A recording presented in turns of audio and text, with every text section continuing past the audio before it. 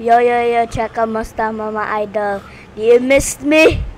It's me, Globis. Yo guys, check kamusta mga idol. So ayan, mag-update tayo ngayong araw ng Biyernes night, Friday night mga lods, no? So grabe yung ating market, no? Nakakagulat. So ito yung ating day mga lodi. Grabe, no? Green na green lahat. Tignan nyo mga idol. Halos lahat double digit. Doge, Pepe, XRP, Algo, HBAR, XLM talaga siya 18%. Aptos, ayan, Partcoin 20, lahat halos mga idol is double digit, di ba? Grabe. So sa day yan. Sa hour, ganun din mga idol, mataas pa rin mga lods, no? Kulay green pa rin. Halos lahat, no? Yung sabi natin, grabe, ngayong week na to. So, isipin nyo mga lods next week pa yung crypto week. Pero ngayon, nagpapump na yung market, mga idol. So, ano pang asahan natin sa next week, mga lods, di ba? So, antindi. So, check nga natin tong ating XRP, mga lods, grabe. Grabe, 2.7. Wala na, binasag niya na lahat. Sabi sa inyo, breakout na to Ang ganda ng ano natin, no? Nung ginawa, meron akong thumbnail na breakout na Ayan, no? Kailan yan, mga idol? 4 days, ay hindi, kahapon. Kahapon, 4 days tuloy kasi 4 video Kahapon, breakout na mga loads. So, ayun na nga ang nangyari, mga idol. Nag-breakout na nga siya. Diba, nandito pa lang yan nun nung nag-ano tayo. Ano to naka-daily time frame tayo nito. Diba, kung trader ka, naka 1 minute time frame ka, medyo, ayan, grabe, paangat din, Grabe din, mga idol. Antindi. So, siguro naman, masaya na yung mga portfolio natin dyan. Mga portfolio nyo, nakangiti lahat. Diba? So, diba? Parang ang lupit ng mga news ngayon, mga loads. Hindi, halos wala nga news Diba? Halos wala nga Kumbaga, yung mga nangyari lang ng yung mga nakaraan. Diba? Nagpump lang ngayon talaga si Bitcoin. Bitcoin, umabot siya ng 18,000. Naka 1 minute to. Day na lang natin. Pag day kasi parang mas madaling tignan mga loads So, ang day natin, ayun na, mga lods, nabasag niya na, umabot siya ng 18,700, mga idol, So, naalala niyo yung naglong dito sa XRP na 2.3, ay 2.03. Dito banda yun, dito banda, 03. Yeah. Grabe, paldo na yun. Mga lods, tignan nyo yung percent dito, mga idol. Bitcoin 6.5%, Ethereum 8.4%, halos 8.5%. XRP 15%. Grabe, mga idol, Parang ang taas. Yung XLM din ata solid XLM 19% XLM, mga idol. Shiba Inu 10%.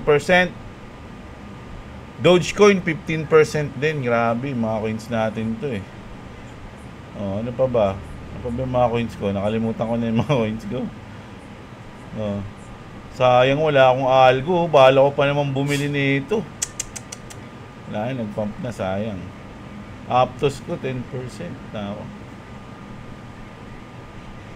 Grabe. Ay, sarap patulog, mga idol, pag ganito. At gigising-gising ka na lang, kulay green na yung market. So, ayan. Nag-update na tayo, mga lods. Matitindi rin yung mga news natin, mga idol. Masaya tayo, pero sa mga ibang lugar, medyo delikado yung pwede mangyari. So, bago tayo mag-update, ayon nga sa ating thumbnail, huli ka na ba? Mamaya may comment tayo dyan, mga idol. So, bago tayo mag-update, palike muna ng ating video, mga lods. Siyempre, like nyo naman yung video natin, mga idol, diba? Sayang naman yung update natin yun, hindi nyo nila-like. Tapos, sa mga hindi pa nakasubscribe, subscribe kayo, mga lods. Makikita nyo naman yan pag di pa kayo nakasubscribe, nakalagay subscribe. Diba? Kasi, diba, kumbaga, tinitignan ko kasi yung analytics ko, mga lodi. Halos lahat ng nanonood sa akin, 40% hindi nakasubscribe sa akin. Ba't di ba kayo nagsusubscribe? Galit ba kayo sa akin? So, subscribe lang, libre lang yan mga idol. No? So, ayan, subscribe kayo. At syempre, gusto kong i-shoutout at magpasalamat sa ating mga naka-member, no? Sa ating mga nag-member sa ating channel, no? Nag-join sa ating membership. So, saludo sa inyo yung mga sumusuporta sa channel natin, mga idol. No, yung iba naman dyan, may mga way para meron tayong super thanks dyan sa mga hindi makita yung join. So, ayan, mga idol na. Pero, kung ayaw nyo, wala namang problema, mga lods. No? Ano lang yan, support lang yan sa channel natin, mga lods. Nakatulong lang yan sa pambili ko ng kape para ginaganahan tayo mag-update everyday ng 2 video. Yun lang naman yan, mga lods. No? Kung ayaw nyo, wala namang problema, wala naman din ako magagawa kasi mag-update naman din talaga ako. Kumbaga ano lang yun, pampalambing. Ayan, thank you sa inyo sa lahat. Grabe, 2.8 na. Kasalita ka ng salita, 2.8 na, J-Blue. Grabe yan. So, ano muna tayo? Medyo masaya na kayo sa crypto eh. Medyo dito muna tayo sa mga trending news ngayon, mga lods. No? Grabe rin trending news natin. So, punta tayo dito. Ito, alam nyo, grabe, kala ko lumilipad yung lumilipad yung parang lumilipad yung tangke, no? Kala mo lumilipad. So ito mga lod, sa Taiwan goes full war game mode. Ito mga lod, malapit sa atin to, kaya dapat alerto tayo dito. Biggest military drill ever, Taiwan just kicked off Han Kuang 41, its largest military exercise in history. 10 days long, 2x the usual, 22,000 reservists, the first ever use of US Abrams and HIMARS tanks. Ito yun, yung Abrams and HIMARS tanks. Simulated strikes on command centers, infrastructure, and a focus on decentralized defense of ports and islands. Ports pala, sorry. Gutom lang. Ayan, ports and islands, mga idol, no? It's clear, Taiwan is preparing for the worst. But here's the twist. The drill don't reflect real Chinese gray zone tactics. No swarms of drones, no cyber warfare, no economic chokeholds. So yeah, massive flex lang mga lods, no? Kumbaga piniplex nila yung kanilang mga tanks. But will it matter if the next war doesn't look like previous ones? Kasi nga mga lods yung parang makaluma na yung nila, no? Tangke, ganyan. Kasi kung titignan niyo yung war sa mga ibang bansa, kunyari sa Ukraine, sa Israel, sa Russia, tsaka sa Iran, balik-baliktad na, no? Halo-halo. May mga drones na dun. Pero sa kanila, parang usual pa rin, classic, no? Kumbaga, traditional, no? Pa rin, no? Mga tanks pa rin, mga idol. So, parang pinakita nila na papalag kami kahit anong mangyari. Ganoon yung sinabi dito, mga idol, no? Tapos, syempre, sino ba yung kalaban nila dyan? Di ba China? So, eto naman ngayon yung China. Kita nyo, grabe, oh. Kita nyo yan, mga idol. Oh, yung tangke nila nakakapag-drive sa dagat. Ayan, oh. Sabi dito, China, ngayon lang to mga lodi, alas 6 lang ng hapon yan, kanina yan, oh. China conducting naval drills directly across straight from the Taiwan. Isipin niyo yan, mga lods. Grabe, pag ito nagsabong o nagbitaw, mga idol, pag ito nagbitaw, medyo maka-apekto yan sa atin, mga idol, no? Sa tingin ko lang, kasi lalo na sa buong mundo, kasi yung China, halos lahat ata ng bansa may Chinatown, eh. Di ba? Mga idol. So, tsaka yung mga products nila halos lahat, eh. So, pag ang China sumabak sa gera, syempre, yung supply, medyo ililimit na lang muna yan sa kanila muna, di ba? Parang ganun. So, tignan natin kung ano mangyayari. So, grabe, no? Ang saya ng crypto community, tas may ganito pala, hindi natin alam. No? Bigla na lang magbibitaw to, baka maka-apekto bigla sa chart to, sa market. Mga idol. Di ba? So, ayan. Tapos, eto naman. Sabi dito, ito na yung mga yung mga balita sa mga content creator.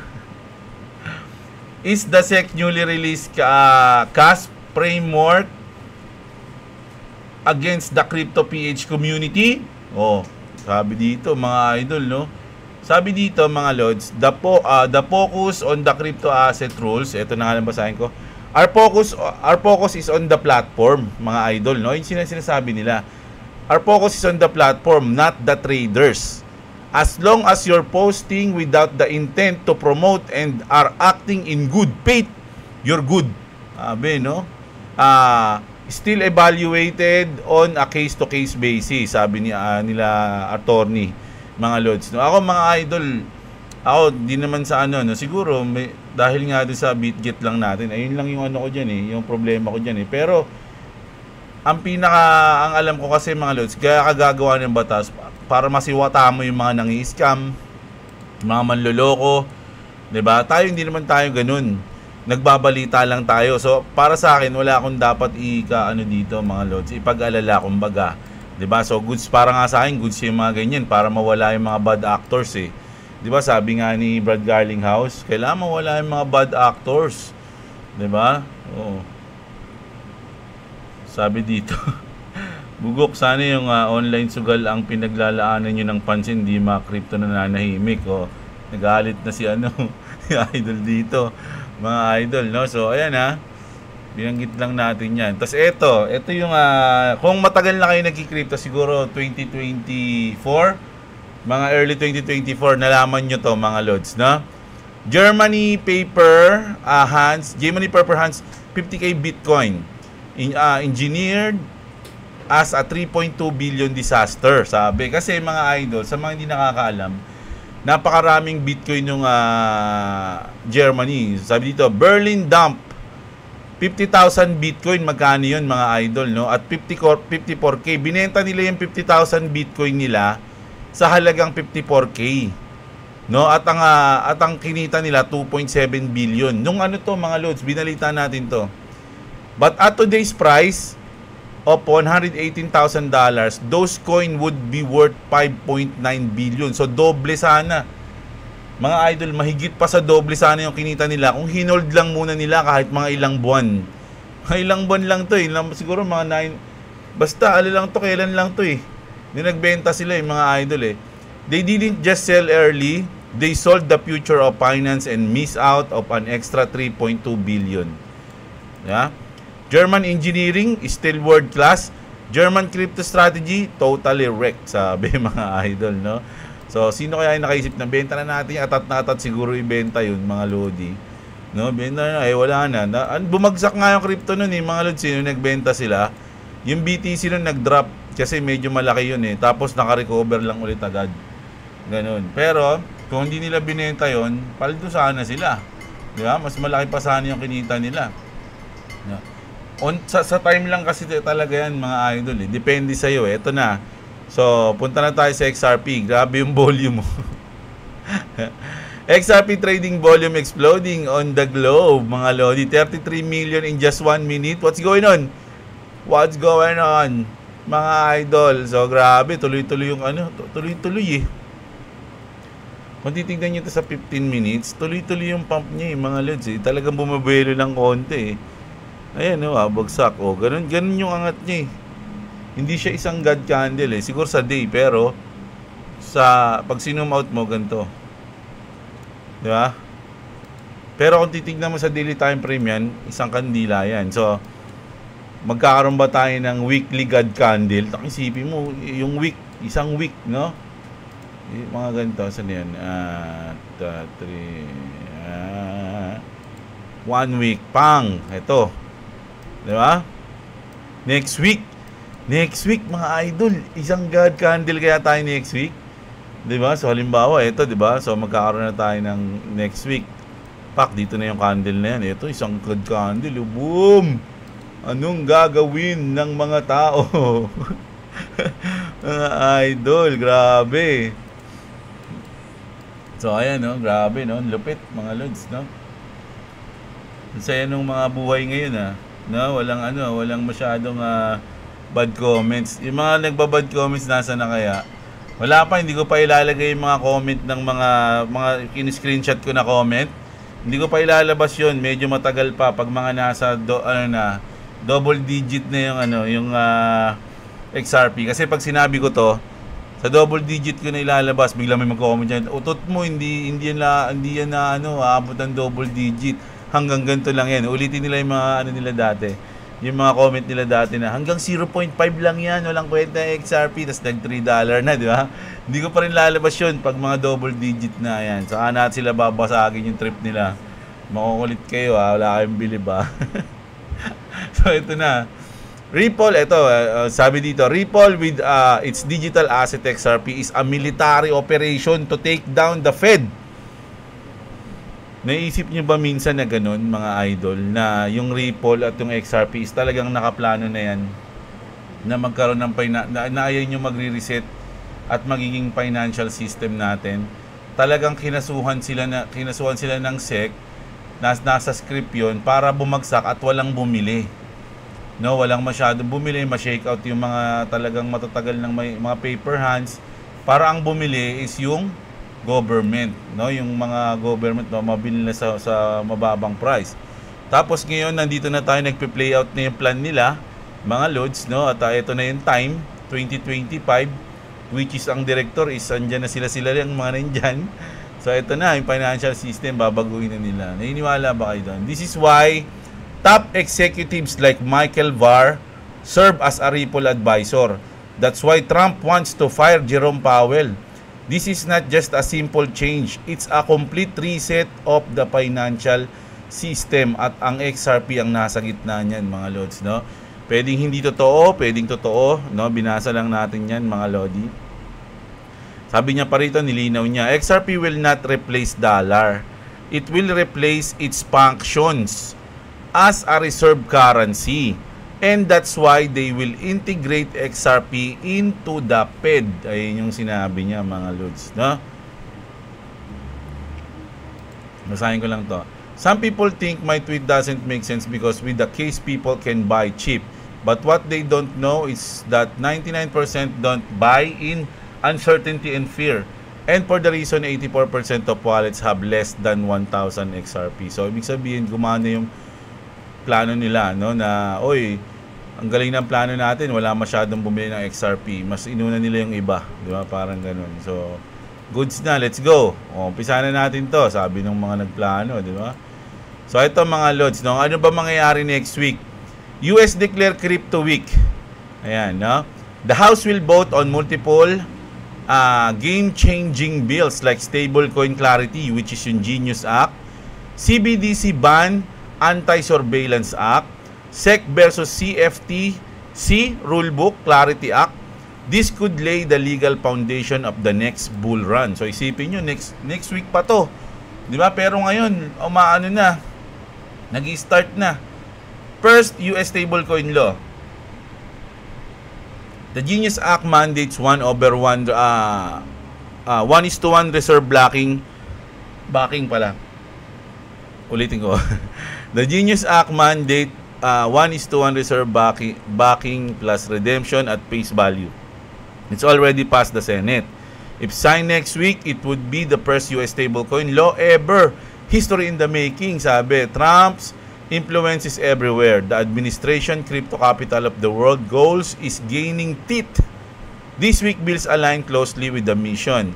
Investor and are calling in a generational opportunity. Grabe.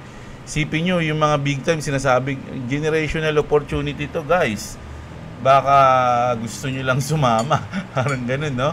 Parang ito yung start ng lahat, mga idol. Tas ang swerte ng mga nandito at nag-acquire ngayon. Dahil pag lumipas sa mga taon, papasalamatan nila yung dahil nandito sila ngayon, yung sarili nila.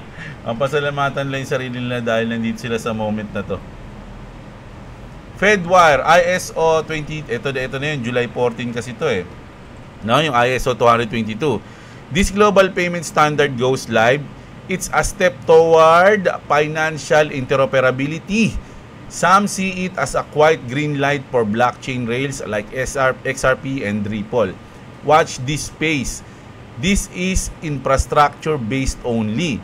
Diba? Massive token unlocks coming. 500 million in unlocks including Arbitrum, ano tong US link?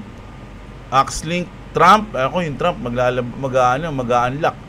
Tapos yung CRO, volatility is almost guaranteed. So talagang ano to mga lodi, kasi once na minsan nag-unlock ng coins, 60-40 to eh.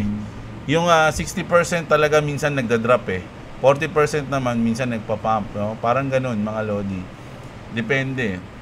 Macroeconomic bump, CPI and PPL. July 15 CPI, July 16 PPI plus beige book. Cooler inflation, rate cut bet surge, hot data, risk asset tremble. Either way, crypto traders are watching very closely. So ako ang inaabangan ko mga lodis yung July 30. No, July 30 kasi doon ang FOMC meeting. Mga idol, grabe, ang tigas talaga. Alam nyo, kung sa July 30 kapag hindi pa talaga nagka-trade wala man lang sabihin na good news si Jerome Powell, siya talaga yung humaharang. Mapapatunayan wala talaga yan. Na siya yung humaharang sa mga plano ni Trump, no? Kasi yan, pwede niya lang sabihin doon, kung hindi siya magka-trade, sasabihin niya na sa August magka-cut na ako, sige na, parang gano'n, no? Sa August pa, bibigyan pa ng isang buwan. No? It's either July 30 or August na yun. Pag wala pang good news na sinabi, pag sinabi, ayoko mag-cut, gano'n, ang inan yan, mahalas talaga. visit na si Trump. Rumors, hype and warnings. X is flooded with a bullish take, sabi dito. BTC to 120k. Nako, malapit na, nasa 180 na tayo kanina, di ba? TradFi floodgates opening, generational surge incoming, but SEBI traders warn of buy the rumor, sell the news, stay sharp. So pwede kasing ganun eh, mga lods, no? Maraming nangyayaring ganun, buy the rumor, sell the news. Yung iniisip mo magpa-pump, biglang magda-drop, no? Bukod sa natalo yung mga nasa spot, natalo rin yung mga nasa futures, no? Market backdrop fire. Bitcoin is hovering around 118k. 215 million inflows into BTC ETFs, 211 million in Ethereum. Retail is waking up, institutions are already here. Crypto week could send it all parabolic or chaotic, sabi, no? Ayun talaga yung words nila eh. Hindi yung crypto week would send it up or uptrend. Hindi ganun eh. Parabolic talaga, tsaka chaotic eh. Ibig sabihin pa talagang sobrang ano nun, no? Tsaka napansin ko lang, no? Yung Bitcoin talaga ang laki ng epekto ng BTC ETF, no? Tsaka yung laki ng epekto ng ETF sa coin. So imagine kung maaprobahan lahat ng ETF ng XRP, mga lodi. Naku, imagine, mga lodi. Imagine all the crypto. This isn't just a big week.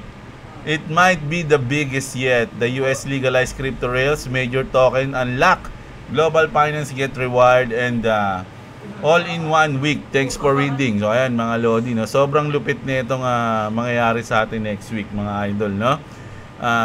Abang-abang na rin tayo. So sa ngayon pa nga lang medyo goods na, 'di ba? Paano pa kaya next week? Ayun ang binangsagang Crypto Week, 'di ba?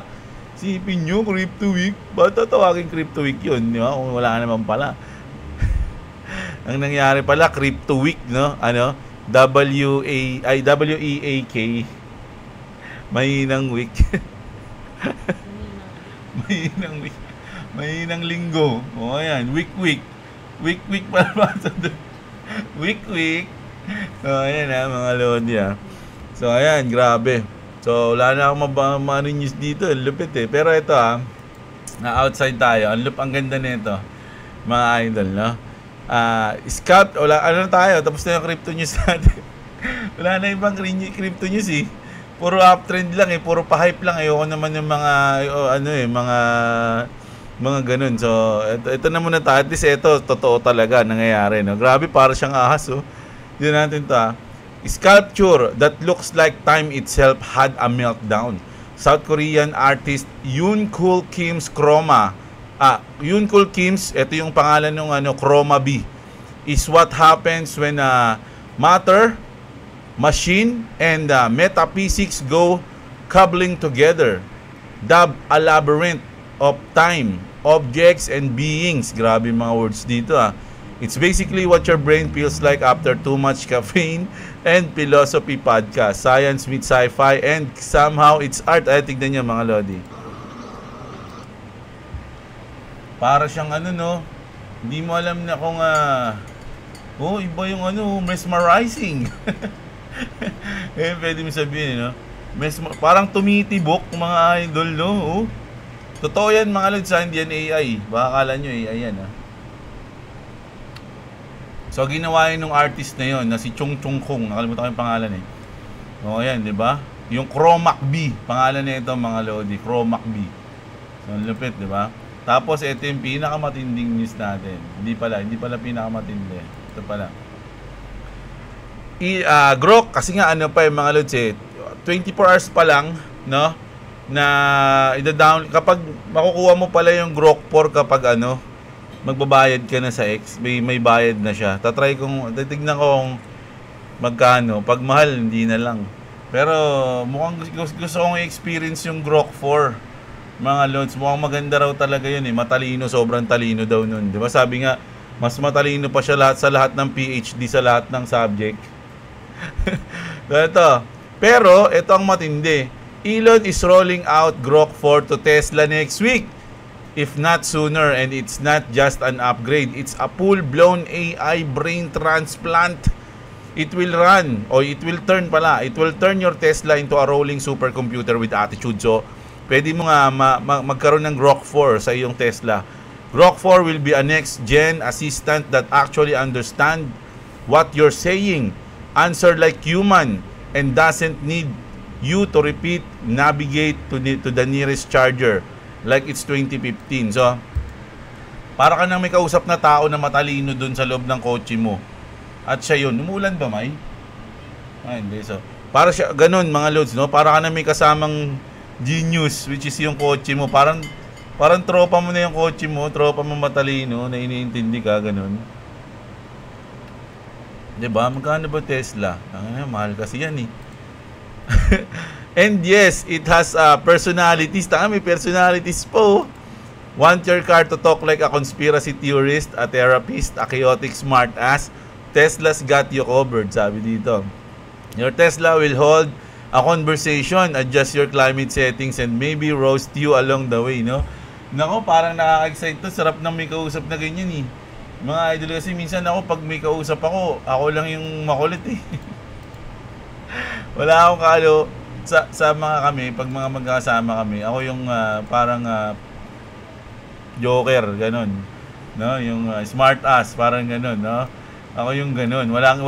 Merong ganun na iba, pero hindi kasing hard ko, eh. Parang ganun sa akin, nasa tingin ko lang, ha.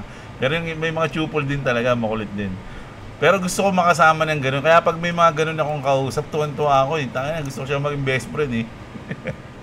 So ito na. Pwede mo na maging best friend yung kotse mo. Mga lod, no, na may kumbaga sense of humor, parang ganun. It only works on newer Tesla like Ryzen chips or hardware 3 Plus, and you'll need premium connectivity plus a Grok XAI account. But if you're got that, you're basically driving a spaceship.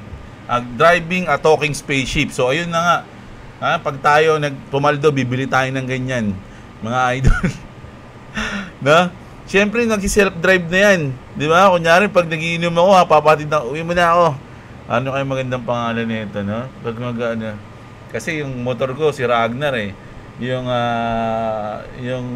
Avanza natin, si Rocket.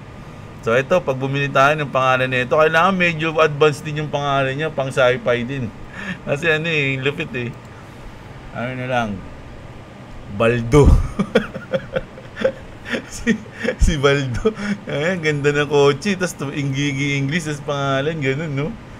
O kaya Gaston, Rigor. Mga ganun, no? Pangalan ng naririnig mo lang sa pocketbook. Napabasa pala. Naririnig tuloy. O, ayan, no? So, ito na yung sagot, mga Lodi. Ayon sa thumbnail natin, huli ka na ba para bumili ng crypto, mga Lodi? Ito yung isang tweet noong unang panahon. Hindi, 2011. Ay, hindi, tama. 2011. Sabi niya dito, sabi ni Greg Cho, hindi ko alam kung ano ang buhay nito ngayon. Malamang umiiyak pa rin to hanggang ngayon. Sabi niya, I wish I had kept my 1,700 Bitcoin at $0.06. Kasi binenta niya ng $0.06, no? Nakuha niya ng 0.6. Ulit. Take to direct. Ayan, wait lang. Okay. Nakuha niya ng $0.06, no? At binenta niya ng 0.3. Which is profit na 'yon, no? Sabi niya, ngayon $8 na yung Bitcoin. Sayang, sabi niya, 2011. So ang sagot ko mga lodi, no, sa mga nagtatanong, huli na ba ako sa coins na to? Kahit ano pang coins yung gusto nyong tanungin, huli na ba ako? Ang makakasagot niyan ikaw, kung ano ba yung timeline mo? Short time ka lang ba? O baga short term, short time. Iba yung naisip ko sa short time, ha? Short term ka lang ba o long term? Ganun mga idol, no? Kung long term ka, maaga ka pa ngayon. Pero kung ini-expect mo na mag-invest ka ngayon, tas next month, next week, mag-aano ka na, mag-withdraw ka na, or mag-take profit ka na, medyo late ka na. Dapat ng mga nakaraang buwan ka pa o nakaraang taon. Ganun, no? So, akin ngayon, sa long term, napakaaga pa. Sabi nga natin, 7% pa lang ang mga tao sa buong mundo ang na-explore o nagkakaroon ng interaction sa crypto. Mga idol, paano ka nahuli? Di ba? Parang ganun.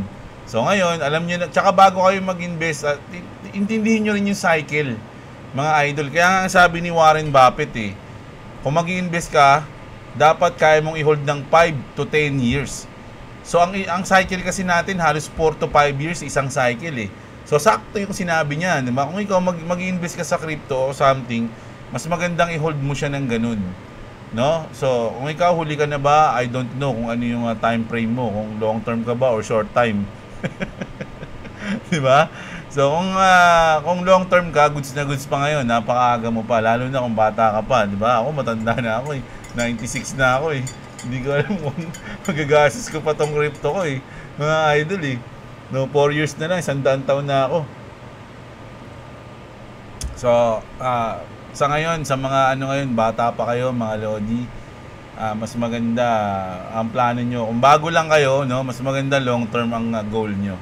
No? Although siguro magpa-profit kayo ngayong cycle, yung mga naka-invest na, no? Sabi nating mga naka-invest kayo 6 months ago.